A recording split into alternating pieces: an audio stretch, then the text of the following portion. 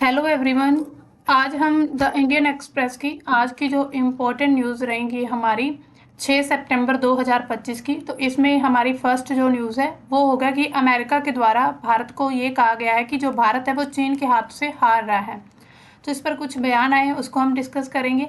और रूस के जो तेल उत्पाद हैं उस पर जो यूरोपीय संघ के प्रतिबंध से पहले भारत का यूरोप का जो डीजल है वो निर्यात बढ़ चुका है। यानी कि भारत जो को यूरोप भारत का जो यूरोप को मतलब भारत जो है यूरोप को डीजल देना उसका जो निर्यात है वो बढ़ चुका है, क्योंकि यूरोपीय संघ के प्रतिबंध लगाने की कुछ बात चल रही है, रूस पर की प्रतिबंध लगाए जाएंगे। इसके बाद राजस्थान के जो कोचिंग सेंटर बिल है वो क्या है, आखिर इतना इम्पोर्टेंट क्यों और चर्चा में क्यों बना हुआ है, उसको हम डिस्कस करेंगे। तो पहली न्यूज़ है we have lost India Russia to deep dark China Donald Trump. तो डोनाल्ड ट्रंप के द्वारा ये कहा गया है, अमेरिकी राष्ट्रपति डोनाल्ड ट्रंप ने शुक्रवार को एक बयान दिया कि भारत और रूस को चीन के हाथ से खो दिया है। ये घोषणा जो प्रधानमंत्री नरेंद्र मोदी की जो एससीओ एक जो शिखर समिट हुआ था, यानी कि जो शंघाई कॉरपोरेशन ऑर्गेनाइजेशन हुआ था उसमें भागीदारी के कुछ दिनों बाद ये हुआ है, जिसमें जो चीनी राष्ट्रपति शी जिनपिंग है और जो रूसी राष्ट्रपति व्लादिमीर पुतिन है उनके साथ काफ़ी उनकी जो पिक्चर्स वायरल हुई थी, मतलब वहाँ पर उनकी काफ़ी ज़्यादा ये आपस में तीनों खुश नज़र आ रहे थे और इनके साथ किम जोंग उन भी थे। इसके अलावा लटनिक जो है वो क्या कहते हैं कि दिल्ली झुकेगी।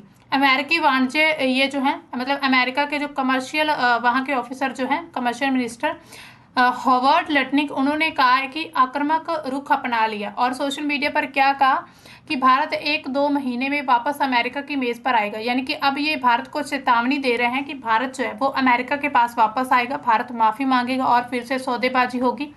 अगर भारत अमेरिकी शर्तें नहीं मानता तो उस पर लगे 50% टैरिफ जो है वो जारी रहेंगे। यानी कि जो भारत है उसने रूस से अगर तेल खरीदना बंद नहीं किया और उसके अलावा बाजार नहीं खोला अमेरिका के लिए और ब्रिक्स से दूरी नहीं बनाई तो ये टैरिफ ऐसे ही जारी रहेंगे जो 50% टैरिफ है। अब इस पर हम बता दें कि जो 50% टैरिफ है वो भारत पर अमेरिका के द्वारा लगाया गया कि अमेरिका भारत जो है रूस से तेल खरीदता है, तो इसी वजह से। और इसको ये कारण बताया जा रहा है कि रूस का जब व्यापार बढ़ रहा है तो वो यूक्रेन के साथ युद्ध में लगातार बना हुआ है। इसके बाद रणनीतिक स्वायत्तता और आत्मविश्वास, भारत ने अब क्या कहा इस बयान में, इसका जवाब क्या है कि वह अपनी ज़रूरतों के अनुसार रूसी तेल खरीदता रहेगा, यानी कि वो तेल की खरीद जारी रखेगा। वित्त मंत्री जो निर्मला सीतारमण, उन्होंने कहा कि आर्थिक आवश्यकता है, अमेरिका के दबाव से भारत बिल्कुल पीछे नहीं हटेगा। और इसके अलावा भारत एक संप्रभु राष्ट्र है, यानी कि किसी और कंट्री के कहने पर या किसी के भी कहने पर कोई भी अपना फैसला नहीं लेगा। अपने जो भारत के सामाजिक हित हैं उनको ध्यान में रखकर ये सब फैसले किए जाएंगे। ट्रंप की टिप्पणी पर चुप्पी, विदेश मंत्रालय के जो प्रवक्ता है रणधीर जायसवाल, उन्होंने कहा है कि ट्रंप के सोशल मीडिया बयान पर कोई टिप्पणी करने से इनकार कर दिया, यानी कि उनके बयान ऐसे ही उनको ज़्यादा मायने नहीं देते, इग्नोर किया है उनके बयानों को। अब देखिए दीर्घकालिक रिश्तों पर भरोसा क्या, भारत ने यह कहा कि अमेरिका के साथ रक्षा अभ्यास जो उनके साथ हमारे मिलिट्री एक्सरसाइज चलती रहती है, उसके अलावा संवाद और लोकतांत्रिक साझेदारी उसके रिश्तों की एक बुनियाद है। मतभेदों के बावजूद दोनों पक्षों देशों के संबंध मजबूत है। यानी कि हालांकि टैरिफ को लेकर तो जो है वो चल रहे हैं, इनमें विवाद चले बने हुए हैं, लेकिन फिर भी रिश्ते जो मजबूत बताए जा रहे हैं। कूटनीतिक संदेश क्या मिलता है कि भारत रूस चीन के समीकरण को लेकर अमेरिका जो है उसको चिंता हो रही है, यानी कि अमेरिका अब टेंशन में है कि भारत रूस और चीन और इनके साथ ही नॉर्थ कोरिया अगर मिल जाता है तो फिर अमेरिका से बड़ी शक्ति होगी चीन। राजनीतिक बयानबाजी की जा रही, ट्रंप को अमेरिका फर्स्ट का दृष्टिकोण दिखाता है कि जो अमेरिका फर्स्ट की नीति है, यानी कि अमेरिका अपने बारे में सबसे पहले सोचता है। पहले आलोचना फिर दोस्ताना लहजा, यानी कि पहले आलोचना करते हैं उसके बाद दोस्त बनते हैं। अब देखिए ट्रंप का ये जो बयान आ रहा है वैश्विक मंच पर हलचल पैदा करने वाला है। अब देखिए किसी भी संप्रभु राष्ट्र के बारे में ऐसा कह देना कि वो हार गया या फिर झुकने वाला है तो अब उस देश की गरिमा को काफ़ी नुकसान काफ़ी ठेस पहुंचती है। तो भारत क्या चाहता है कि संतुलन बना रहे, भविष्य में भारत अमेरिका रिश्तों में सहयोग मतभेद दोनों बने रहेंगे। हमारी सेकेंड न्यूज़ जो है, India's diesel exports to Europe skyrocket in run up to European Union ban on fuels made for Russian oil. यानी कि जो मतलब डीजल है, भारत ने यूरोप को बढ़ा दिया है डीजल का जो निर्यात है। यूरोप को भारत का पेट्रोलियम उत्पाद निर्यात विशेष रूप से डीजल जनवरी 2026 के जो यूरोपीय संघ प्रतिबंध लगने वाला है उससे पहले महीनों में मजबूत बना रहना चाहिए, क्योंकि महाद्वीप ईंधन का भंडार कर रहा होगा। अब देखिए, क्योंकि उस समय पर क्या होगा, ईंधन का भंडार होगा, तो अब इसको मतलब निर्यात को बढ़ा दिया गया। भारत जो है रूस से सस्ता कच्चा तेल खरीदता है। भारत रिफाइनरीज इसी कच्चे तेल को परिष्कृत करके डीजल और बाकी उत्पाद बनाती हैं। इसके अलावा प्रतिबंध से पहले भारत ने डीजल का निर्यात तेजी से बढ़ा दिया है। यूरोपीय संघ जनवरी 2026 से रूसी कच्चे तेल पर पेट्रोलियम उत्पादों पर प्रतिबंध लगाने की तैयारी में है। उसी के अलावा जो अगस्त में यूरोप को भारत का डीजल निर्यात 11 महीने के उच्चतम स्तर पर पहुंच चुका है। यानी कि अगस्त में जो डीजल निर्यात किया गया भारत के द्वारा यूरोप को, वो काफ़ी हाई लेवल पर पहुंच चुका है, यानी कि उसकी काफ़ी ज़्यादा मतलब हम निर्यात कर चुके हैं। उद्योग के जानकार और विशेषज्ञ क्या कहते हैं कि यूरोपीय संघ के प्रतिबंध से पहले के महीनों में यूरोप को भारत का पेट्रोलियम उत्पाद जो निर्यात है विशेष रूप से डीजल, ये मजबूत बना रहेगा, क्योंकि यूरोपीय संघ ईंधन का भंडार जमा कर रहा होगा और आपूर्ति में अनुमानित कमी को कम कर रहा होगा। क्योंकि जो यूरोपीय यूनियन है वो अभी तक अगर देखें तो वो भंडार जो है ईंधन का वो खुद जमा कर रहा है, और उसकी आपूर्ति की जो कमी होगी उसको कम किया जाए, या फिर जो रूस पर जब प्रतिबंध लगाए जाएंगे उसके बाद जो वैश्विक स्तर पर जो कीमतें हैं, जो भी मतलब आपूर्ति है वो बाधित होगी। लेकिन इससे पहले जो यूरोपीय यूनियन है वो अपना एक भंडार अलग से इकट्ठा करेगा कि जब उनकी ज़रूरत हो या फिर जब विश्व में कुछ ऐसी सिचुएशन बने तो वो उनका यूज़ कर सकता है। अब देखिए, निर्यात क्यों बढ़ा रहा है। सबसे पहली बात तो मुनाफा है। किसी भी देश के साथ अगर किसी भी कंट्री का व्यापार होता है तो सबसे पहले उसमें मुनाफा देखा जाता है। रूस से कच्चा तेल खरीदकर यूरोप को महंगे दाम पर बेचना है, इस पर मुनाफा हो रहा है भारत को। और इसके अलावा मांग, रूस पर रोक के बावजूद जो यूरोप को डीजल की एक नई सप्लाई चाहिए थी, तो इसी वजह से डिमांड होने की वजह से भारत उनको सप्लाई कर रहा है। रणनीतिक अवसर है, भारत के लिए वैश्विक ऊर्जा व्यापार में बड़ा खिलाड़ी बनने का एक मौका है कि भारत के पास इतने अच्छे मतलब कि बाद में भारत का जो मतलब व्यापार है, भारत के बाजार अच्छे हो जाएंगे कि भारत जो है वो ईंधन का निर्यात कर सकता है। यूरोप के द्वारा जो भारत से डीजल की बढ़ती खरीद ऐसे समय में हो रही है जब अमेरिका और उसके पश्चिमी देशों ने रूसी कच्चे तेल की खरीद को लेकर भारत के खिलाफ बयानबाजी कर रहे हैं। उसके अलावा आरोप लगाए जा रहे हैं कि पश्चिमी देशों, खास तौर पर जो यूरोप को रियायती दरों पर रूसी कच्चे तेल के बने उत्पादों की आपूर्ति करने का मुनाफा कमा रहा है। यानी कि ऐसे आरोप लगाए जा रहे हैं जिसने रूसी तेल और पेट्रोलियम उत्पादों पर प्रतिबंध लगा रखे हैं।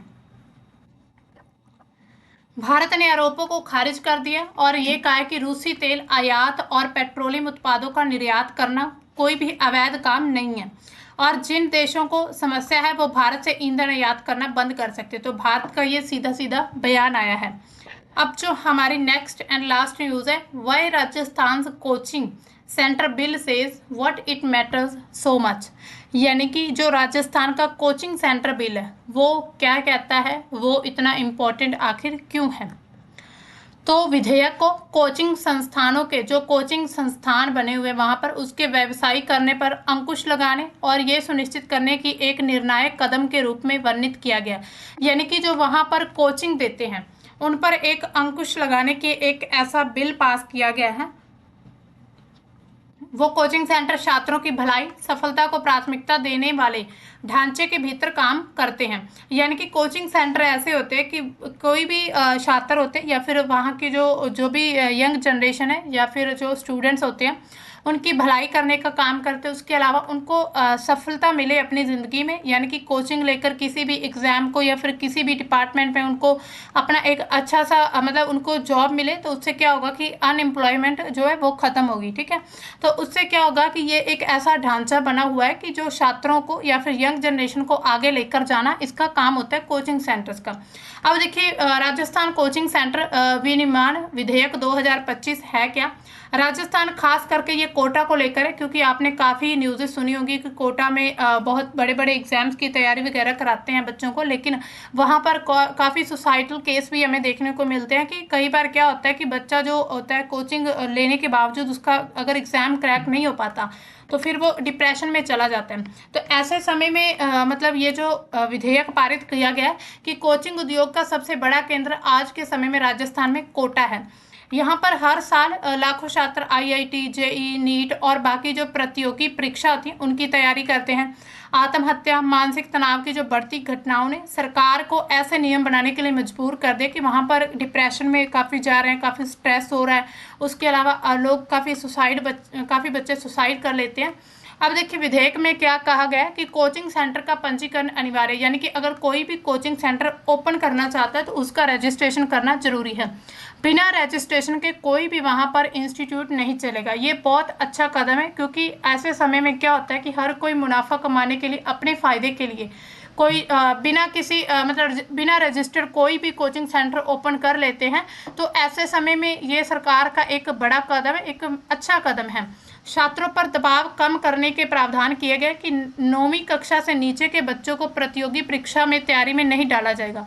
अब देखिए बच्चे जितने छोटे होते हैं उन पर प्रेशर, उनका जो दिमाग पर जो उनका स्ट्रेस है वो ज़्यादा बढ़ जाता है कि छोटी एज में ही उन्हें इतनी तैयारी करनी पड़ती है। क्या होता है, पेरेंट्स करते हैं कई बार 6 से लेकर 8, 6, 7 क्लास में ही उनको इस ग्रेड में ही उन्हें कोचिंग दिलवाना शुरू कर देते हैं ताकि बच्चे को आगे आसानी रहे। लेकिन बच्चे का लेवल देखो, उसकी एज, उसके दिमाग के अकॉर्डिंग उसको तैयारी कराओ। अब देखिए अब 6ठी से लेकर 8वीं तक के बच्चे कितने छोटे होते हैं, लेकिन उन पर ऐसा दबाव डाला जाएगा तो क्या होता है कि बच्चों की मानसिकता खराब होती है, यानी कि उनकी जो मानसिक स्थिति वो संतुलन उनका बिगड़ जाता है, वो डिप्रेशन में आ जाते हैं और इतना प्रेशर लेना शुरू कर देते हैं, क्योंकि एक तो स्कूल वर्क इतना रहता है, उसके अलावा फिर कोचिंग का एक्स्ट्रा वर्क होता है।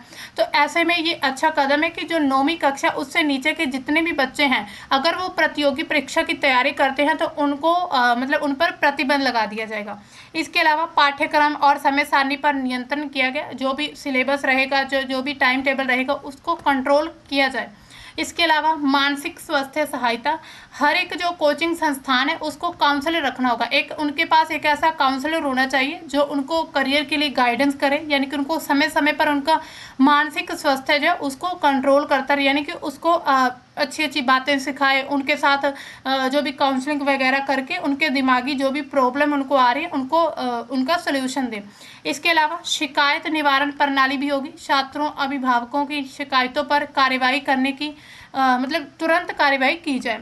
सजा जुर्माना भी होगा, अगर कोई ऐसे नियम तोड़ता है तो संस्थान पर कड़ी कार्यवाही होगी, उसको बंद कर दिया जाएगा। हालांकि जो बिना रजिस्टर्ड ये संस्थान होंगे, यानी कि जो इंस्टीट्यूशन होंगे, उनको खत्म किया उनको ओपन नहीं किया जाएगा। इसके बाद विपक्ष और आलोचना क्या करते हैं, इसमें विपक्ष क्या कहते हैं कि ये विधेयक अत्यधिक नियंत्रण लगाता है। उन्होंने कहा ये काफ़ी बड़ा कंट्रोल करता है कोचिंग सेंटर्स पर। छोटे और मध्यम सत्र के जो कोचिंग संस्थान है वो इससे प्रभावित होंगे, क्योंकि जो छोटे और मिडिल क्लास के जो कोचिंग सेंटर जिनमें फीस कम रहती है, अब उनके लिए ये एक चुनौती है।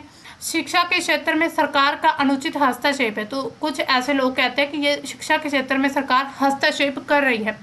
कुछ कोचिंग संस्थान कहते हैं कि इतने नियमों से छात्रों की तैयारी पर असर पड़ेगा कि अगर इतने नियम लागू किए जाएंगे, जैसे पाठ्यक्रम पर या फिर इसके अलावा जो भी समय सारणी रहेगी, तो उससे उनकी तैयारी पर प्रभाव पड़ेगा। इसका व्यापक असर क्या हो सकता है, अगर ये सफल होता है तो ये मॉडल बाकी राज्यों में भी लागू किया जाएगा, किया जा सकता है। इसके अलावा छात्रों की आत्महत्या की घटनाएं कम हो सकती हैं, ऐसे में मदद मिल सकती है। केवल अत्यधिक नौकरशाही का कठोर नियम कोचिंग उद्योग की स्वतंत्रता और प्रतिस्पर्धा पर बुरा असर भी डाल सकता है, यानी कि जो आज़ादी मिली हुई है किसी भी इंस्टीट्यूट को अपने अकॉर्डिंग चलने की, या फिर अपने अकॉर्डिंग कानून बनाने की, या फिर अपनी तरफ से कोई भी रूल्स बनाने की, तो अब उस पर एक तरह से ये प्रतिबंध लगाया जा रहा है इस विधेयक या फिर इस बिल के माध्यम से। तो दोस्तों ये थी हमारी आज की द इंडियन एक्सप्रेस की इम्पोर्टेंट न्यूज़। मिलते हैं हम अपनी कल की न्यूज़ के साथ, तब तक के लिए बाय, थैंक्स फॉर वॉचिंग।